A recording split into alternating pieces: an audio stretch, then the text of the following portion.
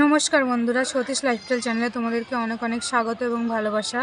তো বন্ধুরা, তোমরা যারা এসএসসি জিডি প্রার্থী আর খুব তাড়াতাড়ি তোমাদের এক্সাম, তো আজকের ভিডিওটা তাদের জন্য, আর বাকিরা যারা তো তাদের জন্য নয় ভিডিওটা।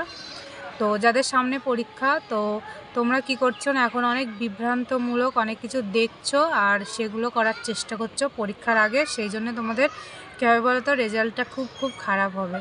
কারণ যে যা বলছে সেটা শুনছে, যে যা বলছে সেটা তার ব্যক্তিগত মানে ব্যাপার। সেটা যদি তুমি ফলো করো তাহলে সেটা তোমার ক্ষেত্রে অবশ্যই হবে না। তাই জন্যে তোমার মনের মতো করতে হবে, আর যেগুলো করা উচিত সেগুলো করতে হবে, যেগুলো করা উচিত নয় সেইগুলোও করতে হবে না এরকম। তো চলো তোমাদের বলি পরীক্ষার এই কদিন তোমরা কি কি করবে আর কি কি করবে না।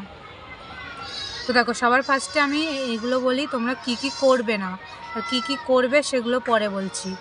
তো ফার্স্টেই তোমাদের বলি, ফার্স্টে যেটা করবে, দেখো কিছু ইউটিউবে ভিডিও যেগুলো বলছে যে সাজেশন দিচ্ছি লাস্ট 10 দিন কিংবা 15 দিনে যেগুলো বলবো সেগুলোই আসবে, এরকম বিভ্রান্তমূলক যে পোস্টগুলো, যে ভিডিওগুলো, সেগুলো থেকে দূরে থাকো। সেগুলো দেখো না সেটা বলবো না, অবশ্যই সেগুলো দেখো। দেখার পর সেগুলো থেকে যেটা বুঝলে, মানে যেই কোশ্চেনগুলো তারা দেখালো সেগুলো অবশ্যই পড়ে নাও। কিন্তু হ্যাঁ, এটা কখনো করবে না যে তুমি আগে যেইগুলো পড়েছো, তোমার প্রিপারেশন আছে যেগুলো, সেগুলো ভুলে যাবে, সেরকম না। সেগুলো প্রতিনিয়ত রিভাইজ দিতে থাকো, তার সাথে এগুলোও পড়ো। এবার দেখো, অল্প কিছুদিন আছে, তার জন্য তুমি ওনারা যেইগুলো সাজেশন করবে সবগুলো তোমার দ্বারাই পড়া সম্ভব হবে না, তার জন্য কোনো টেনশন নিও না। আগে তোমার যেইগুলো পড়া আছে সেইগুলো রিভাইজ করতে থাকো, সেগুলোর থেকেই আসবে। আর এখন যেহেতু 10 দিন মানে 15 দিন আছে, এখন যেগুলো বলছে তো সেগুলো তোমার দ্বারাই সব কিছু করা সম্ভব হবে না। এবার যেই কোশ্চেনগুলো তোমাকে দিচ্ছে কিছু টাইমে, তো সেগুলো তোমরা অবশ্যই নোট ডাউন করে রাখো আর সেগুলো পড়ো, সেটা ঠিক আছে। কিন্তু তারা যা বলছে সেগুলো সব কিছু করো না, যে এটাই আসবে সেরকম কোনো কিছু না। কোনটা আসবে সে জেনে বসে নেই, আমিও জেনে বসে নেই, তুমিও জেনে বসে নেই।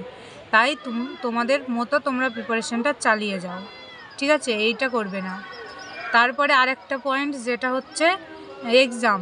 যাদের এক্সাম মানে প্রথম দিকে, যেমন 20 তারিখে, 21 তারিখে, 22 তারিখে এরকম যাদের এক্সাম আছে, তাদের নাকি মানে সহজ কোশ্চেন হবে। তো এইটা অবশ্যই ভুল কথা। সহজ যাদের লাস্টে আছে তাদেরও সহজ হতে পারে, আবার যাদের ফার্স্টে আছে তাদেরও হতে পারে, যাদের মাঝখানে আছে তাদেরও হতে পারে, আবার যাদের একদম প্রথম দিন তাদের কঠিন আসতে পারে, সেটা কোনো ব্যাপার না। ব্যাপারটা হচ্ছে তুমি কিভাবে পরীক্ষাটা দিচ্ছ, তোমার প্রিপারেশন কীরকম, এটা কবে কি হবে সেরকম না। তারপরে আরেকটা পয়েন্ট যেটা বলবো, সেটা হচ্ছে কোন শিফটে। ফার্স্ট শিফটে তোমাদের বেশি মানে ফার্স্ট শিফটে তোমাদের সহজ কোশ্চেন আসবে, লাস্ট শিফটে তোমাদের খুব কঠিন কোশ্চেন আসবে, মানে পেপারটা খুব হার্ড হবে। তো এরকম কোনো ব্যাপার না। ফার্স্ট শিফটেও তোমাদের কঠিন হতে পারে, আবার সহজও হতে পারে।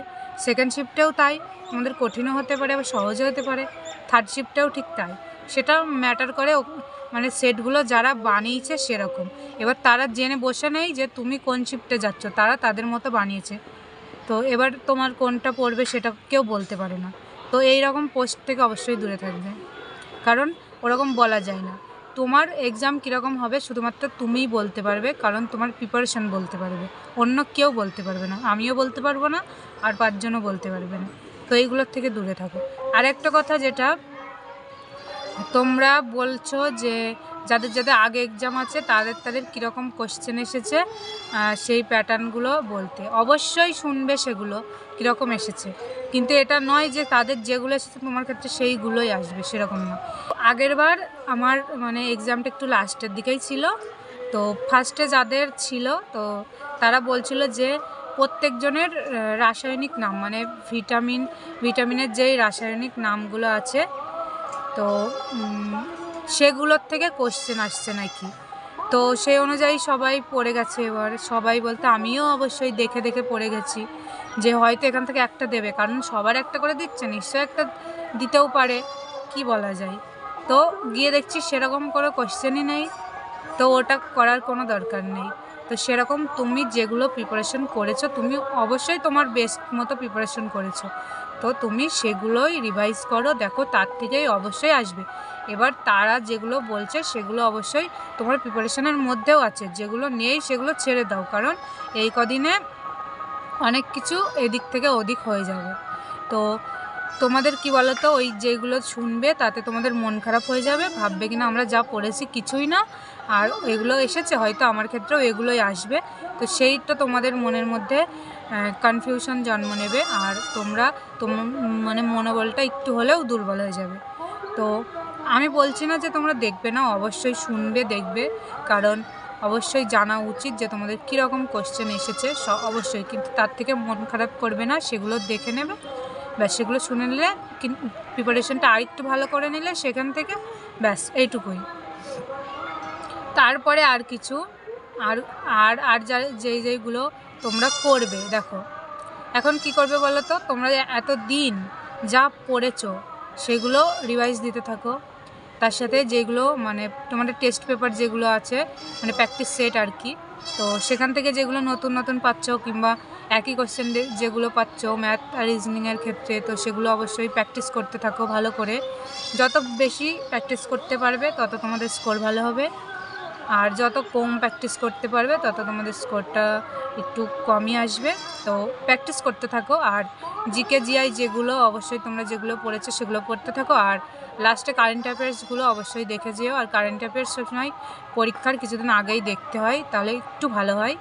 তো তোমরা সেগুলো দেখতে থাকো, আর জিকে যেগুলো পড়ছো সেগুলো পড়তে থাকো, আর জিকে মানে যেই এক্সামগুলো দিয়ে আসবে তোমার আগে তারা যা বলবে সেগুলো অবশ্যই না, কিন্তু যেগুলো বলবে তো সেরকম তোমার হয়তো ওনাদের যা এসেছে হয়তো তোমার প্রিপারেশনের ভিতরে আছে, আর যদি নাও থাকে তো পারলে করে নিও, আর না পারলে মনোবল দুর্বল না করে অবশ্যই ভাবো যে আমি যেটুকু করেছি অবশ্যই তার ভিতর থেকেই আসবে। তো বিভ্রান্তমূলক পোস্ট থেকে দূরে থাকো, আর যারা বলছে না যে এইগুলোই আসবে তোমাদেরকে, মানে তারা কিছু ভিউ পাওয়ার জন্য এরকম বলছে যে এগুলোই আসবে, তো অবশ্যই সেইগুলোর থেকে দূরে থাকো, কারণ সেগুলো তো নাও আসতে পারে, কারণ সেগুলো আসবেই, যে সে কি গ্যারান্টি দিতে পারবে। কিন্তু হ্যাঁ একটা কথা, সেখান থেকে যদি একটা দুটোও আসে তো পরীক্ষার পরে অবশ্যই বলবে যে আমার দেখো এখান থেকে এসেছে, আমার এই কোয়েশ্চেনটা বলা ছিল তাই জন্য এসেছে। দেখো সবসময় সবার সব কিছু হয় না, তাই তোমরা সেই রকমভাবেই চলো, সেরকমভাবে পড়ো, আর এই কদিন প্রিপারেশনটা অবশ্যই আর একটু বেশি করো, মানে আগে যে তোমরা যারা কম পড়তে তো তারা এই কদিন আর একটু বেশি পড়ো, কিন্তু এক্সামের 2-3 দিন 4 দিন আগের থেকে মানে তোমরা সেই রকম পড়ো যেরকম তোমাদের মানে যেরকম আগে পড়তে, মানে একদম ফার্স্ট টাইমে যখন পড়তে ঠিক সেরকম পড়ো, কারণ ওই 3-4 দিন তুমি চাপ নিও না, কারণ চাপ নিলে তোমার এক্সামটা খারাপ হবে, কারণ হয়তো ঘুমাবে না ঘুমিয়ে সারা রাত পড়লে, ওরকম পড়ো না। তো কিছুদিন মানে 2 দিন মতো তোমরা রেস্ট নাও, যাতে এক্সাম দিতে তোমাদের কোনো সমস্যা না হয় এরকম। তো এইভাবে তোমরা পড়তে থাকো, সকাল সন্ধ্যা পড়ো, আর তোমাদের মতো পড়ো, আর তোমরা অবশ্যই সুস্থ থাকো, ভালো থাকো, আর মানে যে দিকটা তোমরা সুস্থ থাকবে সেরকম করো, আর অসুস্থর দিকে একটু কম যাও, কারণ বলা যায় না, তবুও বলবো তোমরা খুব সাবধানে থাকো এই কটা দিন। অনেকজন আছে যাদের হয়তো শরীর খারাপ হচ্ছে, তার জন্য এক্সাম দিতে পারছে না, তো কান্না করছে, অনেকজন আবার রিজেক্ট হয়ে গেছে তারাও কান্না করছে, তো তাদের দেখো কিছু বলার নেই, রিজেক্ট হয়ে গেছে তো সেটা কেউই বলতে পারবে না যে, কিন্তু তোমরা একটা কথা কিসের জন্য রিজেক্ট হলো সেটা তোমরা পরের বার অবশ্যই সংশোধন করে তারপরে ফিল আপ করো, যাতে এই ভুলটা না হয়। আর একটা কথা, সেটা ফর্ম ফিল আপ করার সময় তোমরা খুব দেখে শুনে ফর্ম ফিল আপ করো, মানে দেখো সাইবার ক্যাফে যারা আছে ওনাদের টাকা পেয়ে গেলেই হয়ে গেল, ওনার এবার কী হলো না হলো ওনারা দেখে না, তোমাকে নজর রেখে দেখতে হয় সবসময়। আর তাছাড়াও আমি ভুল বলেছি, টাকা পাওয়ার ব্যাপার না, ওনাদের মাথায় অনেক চাপ থাকে, মানে অনেকজন থাকে, তো এবার যত তাড়াতাড়ি সম্ভব ওনাদের মানে ফর্মটা ফিল আপ করে দেওয়ার তাড়া থাকে, সেই কারণে ওনারা ঠিক করে দেখে না। তো তোমার সব সময় তুমি দেখে নেবে। আর তারা আর কি বলো তো, সবসময় তোমরা ছোটোখাটো যেসব সাইবার ক্যাফে আছে সেগুলোতে করবে, কারণ সেখানে ভিড় কম হয়, আর তারা তোমাকে টাইম নিয়ে ফর্ম ফিল আপ করে দেয়, আর তুমি একটু দেখে নিলেই ব্যাস হয়ে যায়, এরকম করবে। আর অবশ্যই কেয়ারফুলি সব কিছু করবে, তো যাদের যাদের ফর্ম রিজেক্ট হয়ে গেছে যেসব বন্ধুদের, তো তাদের জন্যে আমার অনেকটাই দুঃখ পেয়েছি মানে শুনে যে তাদের রিজেক্ট হয়ে গেছে। তো আর আমাদের মানে গ্রুপেও কিছু কিছু ছেলে মেয়ে যারা প্রচুর কান্না করছে যে তাদের মানে এক্সামটা রিজেক্ট হয়ে গেছে, ফর্মটা রিজেক্ট হয়ে গেছে। তো সত্যি খুব খারাপ লাগছে। তো তোমরা ভেঙে পড়ো না, আবার চেষ্টা করো, পরের বার খুব তাড়াতাড়ি আসছে, হয়তো 3-4 মাস পরেই তোমাদের আবার নোটিফিকেশন বার হতে চলেছে। তো তোমরা টেনশন না নিয়ে, মন খারাপ না নিয়ে প্রিপারেশন করতে থাকো, হয়ে যাবে তোমাদের। তো ভিডিওটা আর বেশি বড় করলাম না, সন্ধেও হয়ে গেছে, দেখো আমাদের এখানে আজান দিতে শুরু করে দিয়েছে। তো সবাই খুব ভালো থেকো, সুস্থ থেকো, আর আজকের মতো বাই।